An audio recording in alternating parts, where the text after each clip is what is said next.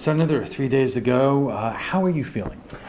I love seeing a finish line, and I like the energy that I see. So I've been doing basically a state a day for the last 9 days of the campaign. All states that are battleground states, some that are real checkmate states like Florida. I really like the energy we're seeing, especially around early vote. The early vote gives you a really good indication of what's going on, and we really like what we see, but it's going to be close. What a wild ride it's been for the last 10 days. Yeah. And, I talked to Democrats and Republicans around here. Democrats, boy, when the Comey letter came out, it was kind of a punch to the stomach. Yeah. For Republicans, it was sauce for the goose. Yeah, right. So if you could talk to our viewers right now, both Democrats and Republicans, and put that into perspective, and in terms of what would happen if Hillary wins, and the energy that many Republicans feel for Donald Trump, especially around here. Well, the Comey letter was a distraction, and an unfortunate one, because it was a violation of two protocols that Justice Department FBI have, which is we don't talk about a pending investigation, and we won't put out information that could be controversial right on the eve of an election. Those are both really important rules, and Director Comey had followed those rules in other matters, even in the days before that. So when the letter came out, it was very puzzling. Why would they do it? It's still a little bit unclear, but there's stories this week that FBI agents were leaking information to people connected to the Trump campaign. They were going to leak information, Rudy Giuliani. They were going to leak information. So there's a series of questions about internally dynamics within the FBI that are unfortunate.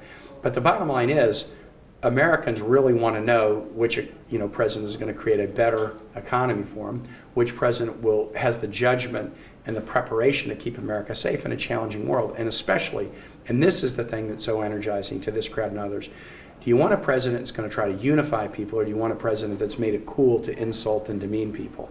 That example set from the Oval Office, we're either going to be stronger together and unify people, or it's okay to name call people. That will pervade the rest of society, and I think that has really energized our voters, and that's what they are wanting to talk about. Sarasota is one of the wealthiest communities in the country, but also a lot of people are having a hard time paying their bills who live and work here. Some people say to us, even the wealthiest people here, we don't want to spend more, don't want to pay more in taxes. What would you say to them? Well, I would say if you make less than $250,000 a year, you won't. We are going to not increase on our side, our plan, no tax increases for those who make less than $250,000 a year. And many who do make less will get tax benefits, because we're doing things like child care tax credit and other incentives that would lower your taxes. Donald Trump has a tax plan that gives tax breaks at the very top, but independent groups have said that as many as 8 million middle-class families will see their taxes go up under Donald Trump. People at the very top will get a tax break, but middle-class families will see their taxes go up. So that's a fundamental choice. We think those who are very, very wealthy and those companies that have done very well, by paying a little bit more and then putting that money into education and infrastructure, will improve the economy for everybody, including those at the top. But we're not going to raise taxes on the middle class like Donald Trump would. And finally, what do you say to those people who call in right into our show and who don't believe Hillary is trustable, that is basically what motivates them to vote for Donald Trump?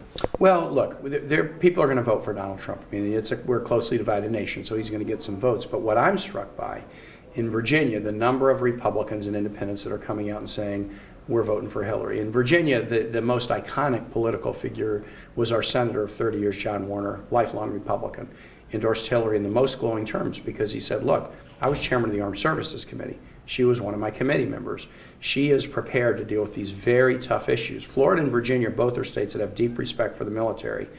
I want somebody who has worked on military issues, not somebody who says the military is a disaster, which Donald Trump says, who attacks John McCain, says he can't be a hero because he was a POW, attacks a Gold Star family. People who care deeply about the military look at Donald Trump and they say, this guy's very, very dangerous and he doesn't respect our traditions.